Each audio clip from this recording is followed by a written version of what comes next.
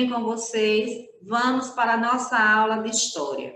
Sou a professora Damiana.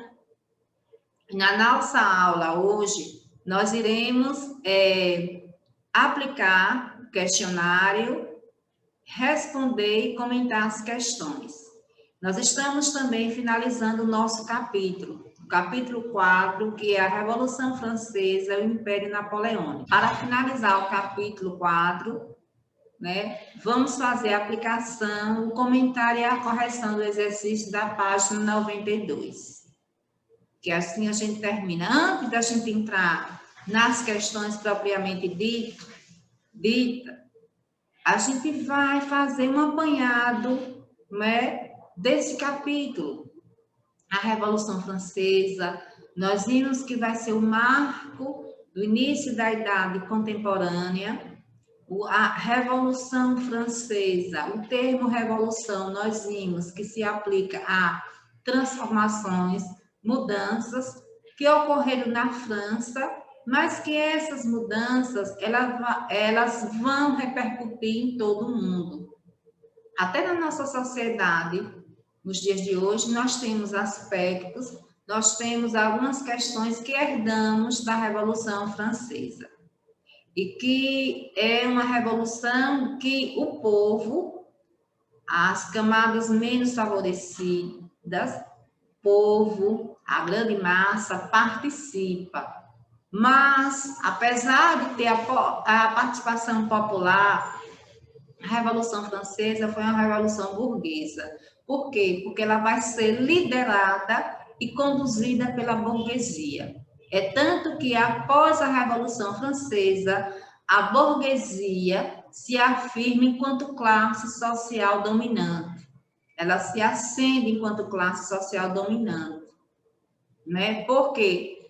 Até então, ela não tinha como, tinha dinheiro, era enriquecida, tinha dinheiro, mas não tinha poder de participação política, porque a organização social da França não permitia.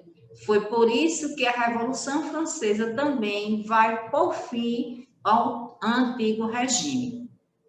No antigo regime, como estava organizada a França, que só dois estados tinham privilégios, que era o primeiro estado, que era composto pelo clero, alto e baixo clero, o segundo estado, que era composto pela nobreza, e o rei pertencia ao segundo estado, enquanto o terceiro estado, que era formado por quem? Pela burguesia, pelos trabalhadores rurais, os camponeses, pelos trabalhadores urbanos, que eram também chamados os sans-culottes. Não tinha privilégio algum e ainda era o terceiro estado que pagava impostos. Com o advento da Revolução Francesa, esse processo revolucionário que tem como marco a queda da Bastilha, ou a tomada da Bastilha, a prisão fortaleza, símbolo máximo do poder absolutista do rei, que nesse período a organização política, o sistema de governo da França era a monarquia absolutista, o rei governava e governava com total poder, com o poder todo em suas mãos. Era ele que representava o poder legislativo, era ele que representava o poder executivo e era ele que representava o poder judiciário. Foi a partir do advento da Revolução Francesa que vai por fim ao antigo regime e que agora a sociedade como um todo ganha o direito, tanto o direito civil como o direito também jurídico e direito fiscal. Não só o terceiro estado pagava impostos.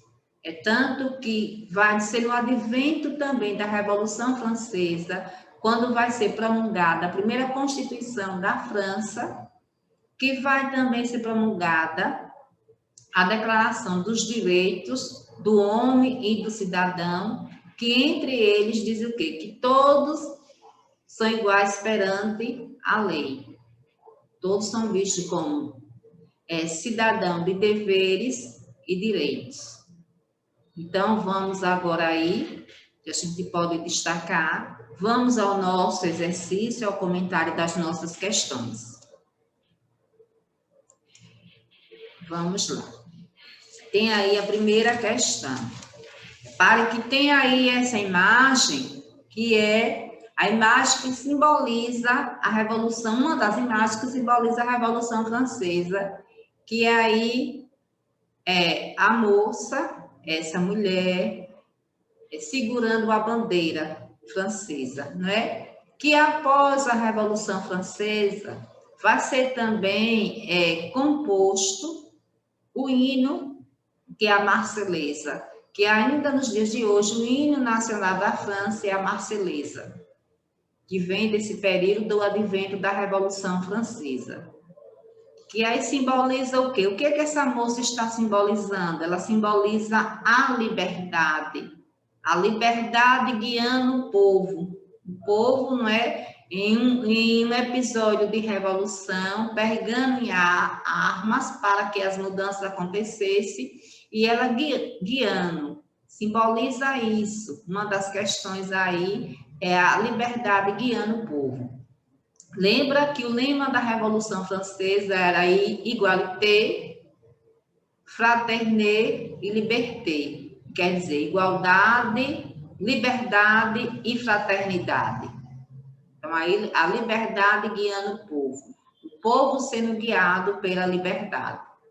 Agora, vamos para as nossas questões. Os comentários, espero que vocês peguem o caderno de vocês, o livro didático, e que copiem essas questões no caderno, respondam no caderno. Que eu vou fazer o comentário das questões, mas que vocês respondam as questões com as palavras de vocês. Vocês respondendo com as palavras de vocês, de acordo com o que vocês entenderam, não está errado, não. Não precisa responder ao pé da letra, como a professora falou, ou como a professora respondeu. Vocês podem responder com as palavras de vocês, de acordo com o entendimento de vocês. Certo, turma? Que está correto. Dentro do contexto, vocês podem responder com as palavras de vocês. Então, vamos lá. Primeira questão. 1. O que eram os Estados Gerais? E o que os representantes do terceiro Estado reivindicavam? Os Estados Gerais eram o parlamento, né? O parlamento era os Estados Gerais. E o que os representantes do terceiro Estado reivindicavam? Eles reivindicavam mudança na forma da votação, que antes a votação era por Estado. E quando o rei Luís XVI convoca a Assembleia dos Estados Gerais, o parlamento, que tinha representantes dos três estados, primeiro, segundo e terceiro estado, o terceiro estado vai reivindicar que houvesse mudança na votação, que a votação não fosse mais por estado, a votação fosse pelo número de membros, que a gente chama por cabeça. Segundo, cite as principais reformas realizadas pelos membros da Assembleia Nacional. Aí a gente pode colocar como principais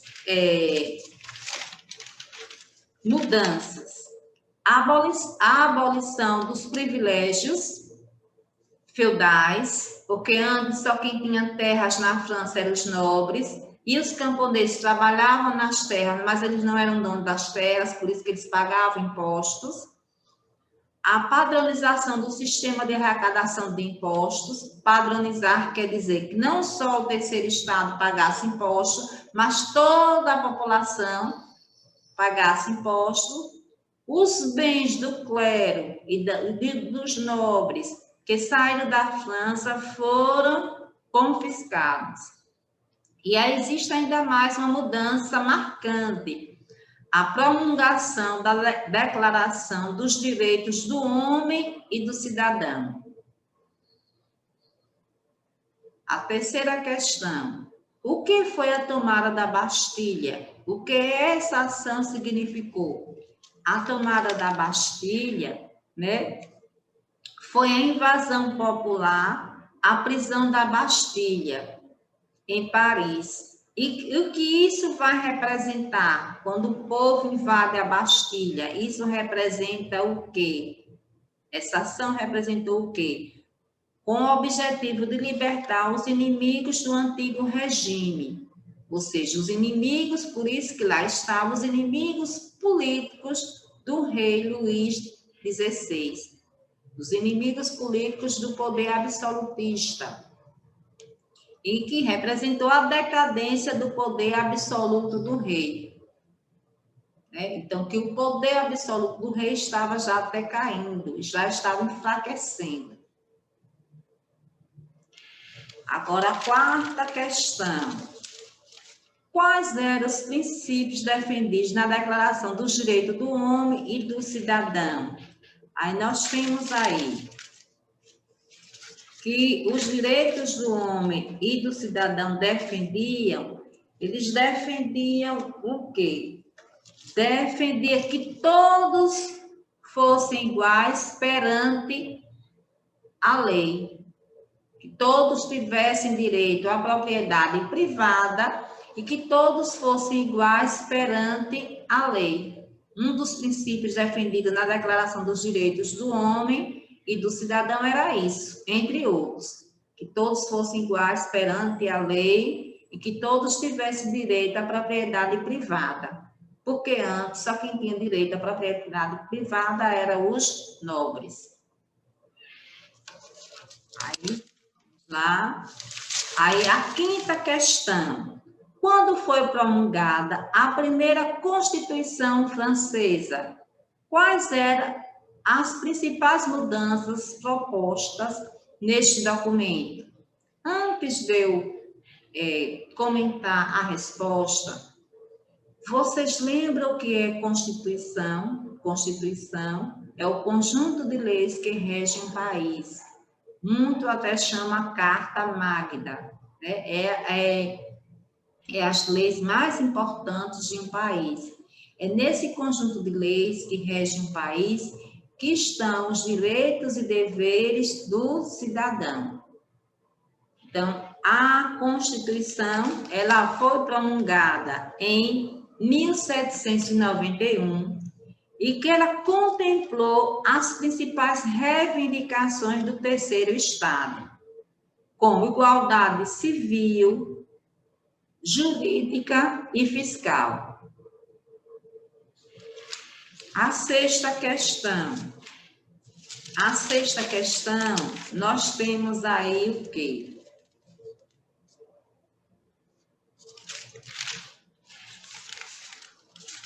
Quais eram as facções políticas na Convenção Nacional? Explica os interesses políticos de cada uma.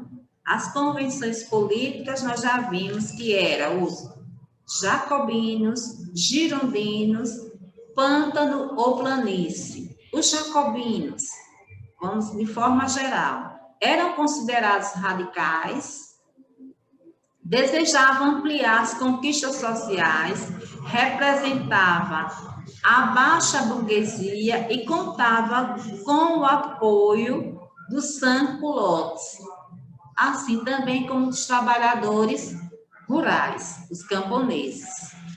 Os girondinos, né? Os girondinos queriam o quê? Eles representavam a alta burguesia, eles defendiam uma monarquia constitucional e que eles, né, queriam que mantivesse os direitos dos nobres.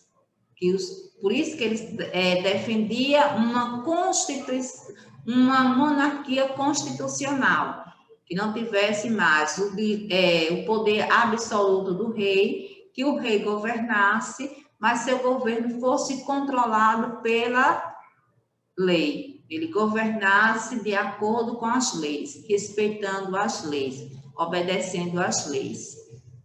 Já a planície ou pântano eles ocupavam o lugar central da Assembleia e eles não tinham uma posição política definida. Ora eles apoiavam os jacobinos, ora eles apoiavam os girondinos. Eles não tinham uma opinião, uma posição política definida. E os jacobinos sentavam-se à esquerda e os girondinos sentavam-se à direita. E Pântano ou Planícies sentavam-se no centro da Assembleia, da sala da Assembleia Geral, da Convenção Nacional, melhor dizendo.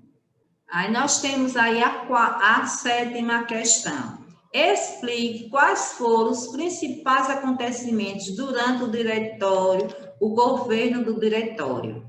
Aí nós temos aí o diretório, era uma das formas de governo que a França vai se ter na França. E que nesse período a França foi governada pelos girondinos. E o diretório era composto por 5 diretores e 8 ministros. Principal mudança que vão fazer será a revogação da lei do preço máximo, que vai causar insatisfação nos trabalhadores franceses. Quando essa revogação da lei do preço máximo é que taxava o preço, principalmente dos alimentos. Quando essa lei vai ser revogada, os trabalhadores ficam insatisfeitos por conta disso. Então, a nossa videoaula está chegando ao fim. Espero que todos vocês fiquem bem. Façam o exercício, façam a leitura do capítulo. Vocês podem dizer, mas são tantas páginas. Mas vocês façam a leitura do capítulo, destacando as informações mais importantes.